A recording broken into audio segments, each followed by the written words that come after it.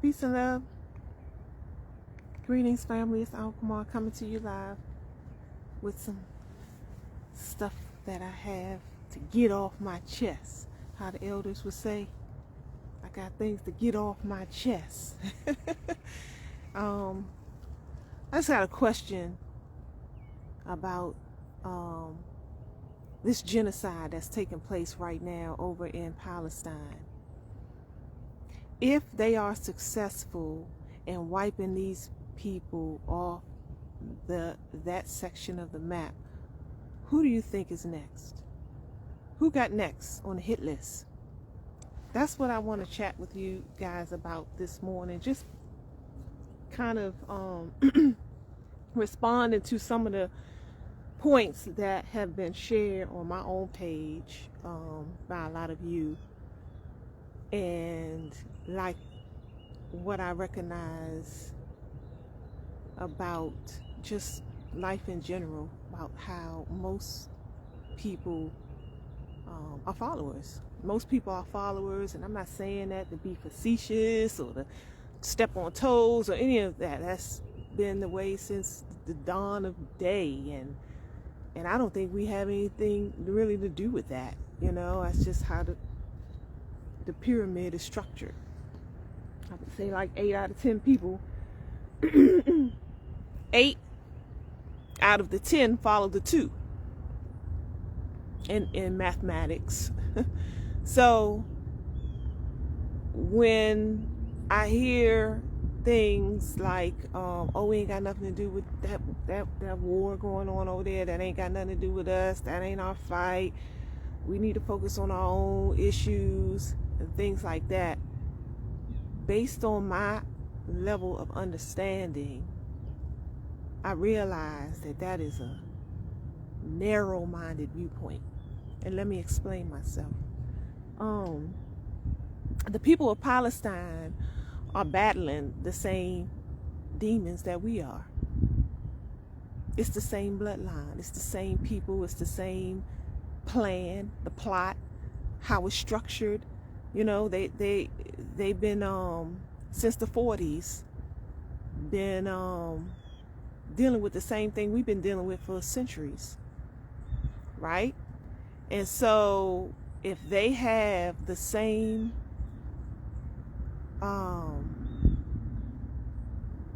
if they're in the same line of fire that we are, why would we publicly come out to speak against them people?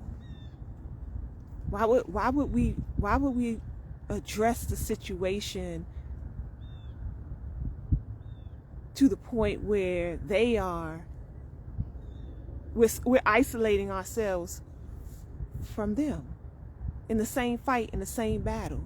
It's like a bully on the playground, and you sitting, you watching the bully do what the bully do best, and you sitting back like, oh, I ain't got nothing to do with that. And so when the bully finally demolishes that person, who do you think he could just gonna stop bullying? He's just gonna go on about it and everybody else is gonna be his friend? No, he's gonna be looking around for somebody else to take his mental illness out on. So this thing about us, it's not, we don't have anything to do with that. It's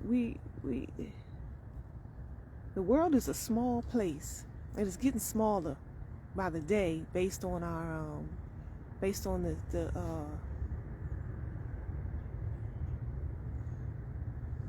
technology, modern technology. And so I think that if we really believe that we, as a small fraction of the world's population, as black people, African people, melanated people, whatever phrase that makes you more comfortable, are in this landmass, and we're a small fraction of the whole world's population, and we think that we can, the battles we contend with the forces that are the powers that be, and that we can we can overcome our challenges just by relying on each other here, without the world power, without allies. I think it's being naive, extremely naive. We say things like, "Oh, those Palestinians hate black people." We do the same thing our enemies do. We lump every single person into the same batch, the same way they do us. And I'm wondering, it's like, okay, so I've seen evidence with my own eyes of Africans in America and Palestinians coming together and linking arms. And so I didn't see that as all of them hating us. There's clearly different mindsets all over the world.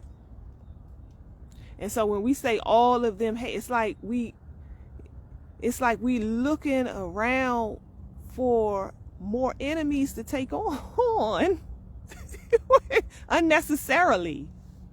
We got enough as it is, and so we're going to lump all those people in the same basket. I think it's just, in my opinion, it's a narrow-minded worldview. And I think that once we expand our minds, we do that by travel, we do that by reading, we do that by educating ourselves outside of our small circle. We start to realize that a lot of the things that we have come to accept as our reality is just simply not true. It's simply not true. We just hang on to the misconceptions and the lies and the deception that we've been fed by other people, and it becomes our own truth, and we hang on to that. And so anything that comes in our peripheral that could challenge those notions, we reject immediately because it don't make us feel powerful. So we got to hold on to what we think we know, because that is what makes us feel powerful. It's a false sense of power, but the emotions don't know it's true or false. And so I would just say, expose yourself more, because when you do that, you start to realize that that's just simply not true. Who's next on the hit list, family? Who got next when the big bad boogeyman and the beast that's devouring those people over there in Palestine, if heaven forbid they are successful in reaching their plan, which is to genocide those people so they can take over that land? They got plans, and they map out their plans long before they begin. And so if they are successful, who got next? Who next on the hit list? While we are over here adamantly screaming to the mountaintops that I ain't got nothing to do with that. That ain't me. And Palestinians they hate us. And oh well, who got next? I just implore us to think more strategically as opposed to emotionally, because our emotions is what puts us in the danger zone. It's strength in numbers, family. We know that. We all know that. It's not just a cliche. It's a reality. It's science. It's mathematics and science. There's strength in numbers. And so us being a small segment of the entire world population as Africans in America, and we think that we can just isolate and close ourselves off and fight these battles that we contend with every day without any support from anywhere else. Well, I mean, just look around at what's happening look at what happened to the natives of this country who didn't have any support. I mean, it's strategy, family. It's strength in numbers. So we can't keep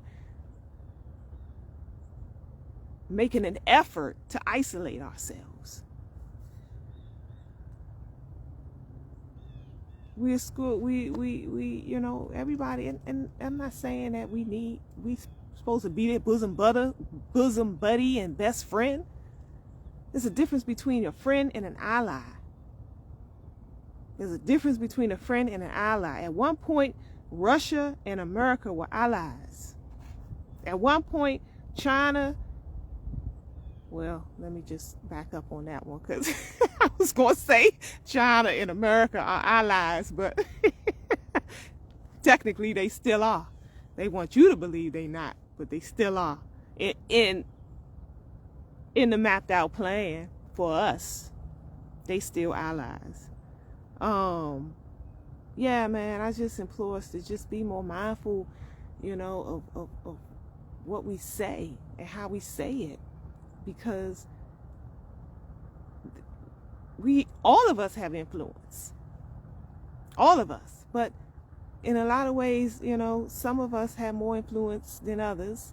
A lot of these social media influencers who have hundreds and thousands of people that hang on their every word and listen to them religiously, and some of us, they say things that are counterproductive to the movement, you know, and they may not realize it. Of course, you know, there's passion, you know, and we all have different passions and different purposes and missions, you know, and sometimes they cross over, and nobody knows everything, and nobody has the full and complete understanding on everything. That's why we need each other. That's why, because I don't, you know, if I may be well versed in a certain subject matter and be foolish and clueless in another, but I can rely on my brother or sister when I need that source of information that I don't have in my database to come with that. And so, yeah, so we all don't have all the goods at all the time. And so sometimes these influencers can say things and meaning well, but can just be off, can be totally off in their perspective. And in my strong understanding, you know, I fully feel that we out here making more enemies for ourselves than what's necessary, while we screaming at the Palestinians, no, we ain't got nothing to do with that, and da da da da da. When we should be linking arms to bring down the greatest threat to both of our lives. But I think when we don't recognize who our enemies are, it's easy to get caught up in those kind of notions. Because if you knew who your enemy was, if you think a Palestinian is your enemy above who they fighting against, then you don't really have a good handle and grip and understanding of what we dealing with. That's real. So I'm just saying, I just wanted to come to address a lot of the talking points that I'm hearing, and it's growing because, again, as I started with sharing, that most people are followers. You know, not saying that to be nasty or mean or trying to hurt feelings. It's the reality. Most people are followers, and so what we do is we put things out there in the airwaves, and people latch on to them, and it becomes their truth, their reality too, whether it's true or not. And so I just would implore us, if we don't have anything to say about this struggle right now that's going on, that we dealing with too right now. We just don't understand. You know, it's more physical and it's more prevalent there because the whole world is watching. The whole world got eyes on that. And so we can use that to our advantage and our benefit if we are wise for our own struggle, because we fighting the same enemy.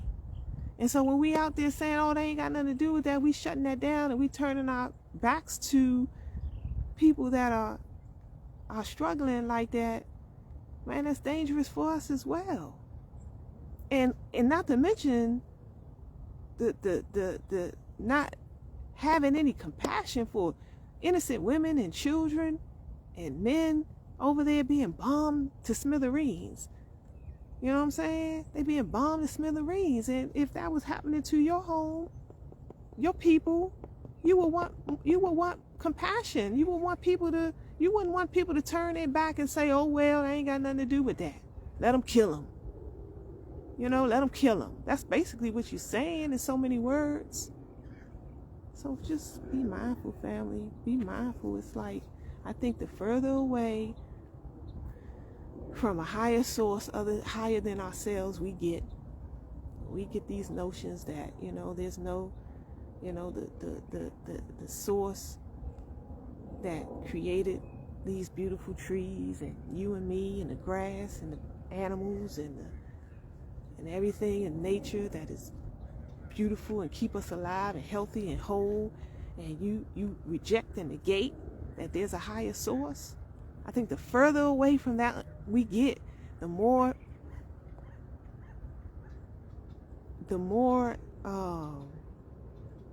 less compassionate we become, the more hardened our hearts become.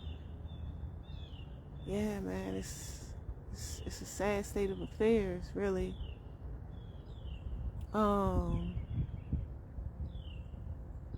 Yeah, we gotta recognize where we fit, because we fit, you know. We fit because them people, when they become successful in what they do, that gives them more strength and power. That gives them more encouragement. That gives them more drive to keep going. They not just gonna stop. It ain't in their nature to stop. And so it's like toppling over dominoes. They out here in the game of chess, and they devouring, or the game of Monopoly, and they over here devouring more and more real estate and land masses and stuff, while we sitting over here back talking about somebody ain't got nothing to do with that. Yeah, who you think got next? They gonna just skip over you. We should be mindful. I think we be out here looking for people to hate. That come from the hate that hate produced. The hate that hate produced. You know, it's internalized hate. You know, we get so many, we get so much pressure from the world based on them same people, the same enemy. And it's that we fight. We gotta fight for everything righteous and wholesome. We gotta fight for it. And it takes a toll on some of us more than others. And so it's like, you know, it's like you busy fighting. You like a Mike Tyson. Every time, you know what I'm saying? You were bred to be a to be a fighting machine. You know what I'm saying? So that take a certain mind state to be in. You know, it's a time for peace and it's a time for war. So if your guards are up all the time, then your mind is functioning in that way. You ain't got time to sit and really contemplate peace, and everybody is a threat, is a perceived threat when you're always on guard like that. And so I think that what that does is that shifts something in the mind to make you feel like every single body is a threat to you, even those who are fighting for their own life. Even those who are in the same predicament you are and fighting the same battles you are in a whole different landmass, you're gonna make them your enemy too, because it's that hate that hate produced. Yeah, man, we gotta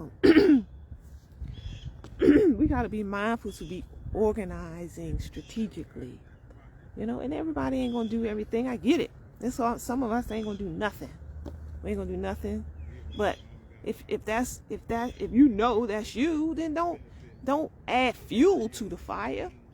don't cause more distress and disruption than what actually has than what it has to be. You know what I'm saying? If you against, if you know you ain't gonna do nothing, if then just keep your mouth shut. Keep your mouth shut. You don't have to be out there openly expressing to the world that, oh yeah, you know what I'm saying, that yeah, the Palestinians, they don't like us, and they over there getting demolished, and you over there kicking them while they down. Kicking them while they down. So I just be mindful, be organized and strategize. There's the people standing up all over the world. Those things make a difference. Those points being made and disruptions all over the place. I heard they was just up in New York for the Thanksgiving Day parade. Folks out there protesting, standing sitting down in the middle of the street. All those things make a difference because you get more people's attention, more eyes, and it's like, our enemies operate under the cloak of clandestine. That's how they can manipulate and advance in their manipulation and do all the things that they do. They can do that under the layers of secrecy, when people don't realize no eyes are on them. So when no eyes are on them, they can get away with murder. But if you got everybody looking your way and pointing a finger like, oh my God, look at what they doing over there. Oh, shame on you. How dare you? Oh, you wicked, you demon. You know what I'm saying? So that causes disruption in their plans. They can't hide behind the cloak no more because too many eyes see them. So they get resistance. And so resistance now it's more difficult for you to do what you set out to do. So all of those things make a difference when people stand up. They in Congress hollering out. People can't speak. They go to their conferences and they, tell them about themselves on the bullhorns, and people hands up with blood on their hands, and just disruption all over the place. People calling, that makes a difference. So don't be countering that. Why would you counter that? And these demons are the same demons that's causing your own life a living hell. If you understood, we battling the same demons. We like to battle each other. We go after the low-hanging fruit, and without realizing who's behind the scenes manipulating the puppet strings. Who behind that iron curtain on the yellow brick road, the wizard behind there moving all them levers and stuff. When those are the ones that's really manipulating. I had just posted this morning, I was looking at some information on the destruction of the black family and how that all came about, and how we right now it's like in phase 3 or 4. Phase 1 was done through the welfare system. Now it's at a place where they are turning us against one another and making us have hate and disdain for each other. And we don't recognize that that's all a plan, mapped out, manipulated plan and play. And I'm watching it take place. You know what I'm saying? So no longer are we raising children in the same home or getting married, and you know what I'm saying, and the destruction that causes to the family, to the children. And they went back and did somebody did a brilliant 20-minute documentary on how that was systematically done back through the welfare program. And so I posted that on my page for anybody who's interested in watching it for themselves. And so now here we are in 2023, and I'm seeing this all-out war. So no longer are we raising our children together or getting married most of us. Now we got this whole battle where we can't even stand each other. We talk bad about each other. We talk about each other like we enemies and in competition.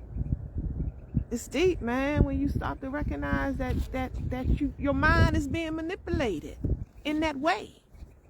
And who's doing the manipulation? Family, okay, I'm gonna end it there. I just want to say, don't forget who you are. Don't forget who you are. You are the most powerful force in the universe. And that's real talk. You know? We may have been led to believe that we're not by our enemies.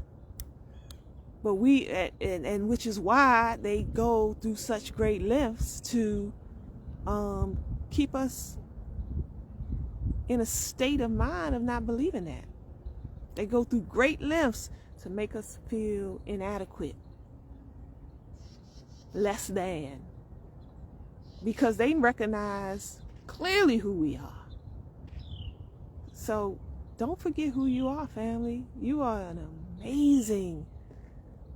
amazing people. It's just the things that we contend with and still are able to shine the way we do. You know what I'm saying? To come out victoriously in so many ways, and just the amazing feats that we're able to accomplish despite the odds. My God, you are an amazing people, and don't ever forget that. You know, don't ever forget that. So just push on, stay strong, move in love,